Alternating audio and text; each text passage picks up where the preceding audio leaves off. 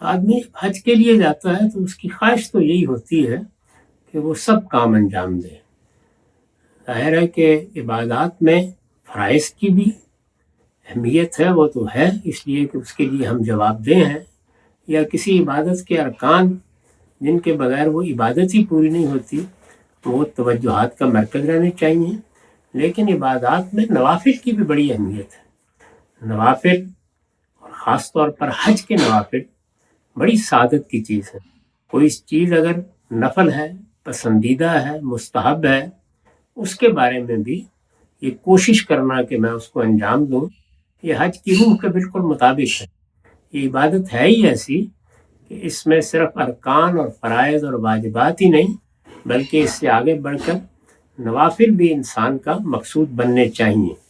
تاہم اس وقت اللہ تعالیٰ کی عنایت سے یہ ہوا ہے کہ انہوں نے سواریوں کا بندوبست کر دیا. تو آپ اپنے حالات بھی دیکھیں، اہلیہ کے بھی دیکھیں، اور اس میں سواری لینے میں کوئی معنی نہیں.